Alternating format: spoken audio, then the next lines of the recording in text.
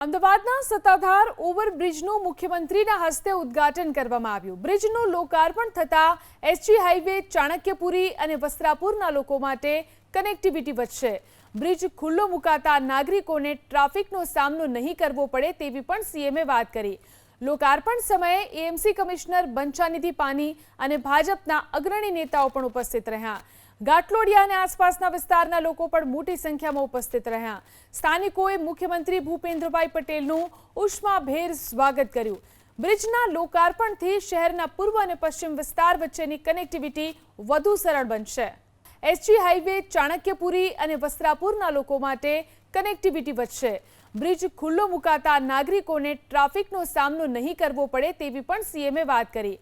લોકાર્પણ સમયે AMC commissioner Banchhanidhi પાની અને ભાજપના અગ્રણી નેતાઓ પણ ઉપસ્થિત રહ્યા। ઘાટલોડિયા અને આસપાસના વિસ્તારના લોકો પણ મોટી સંખ્યામાં ઉપસ્થિત રહ્યા।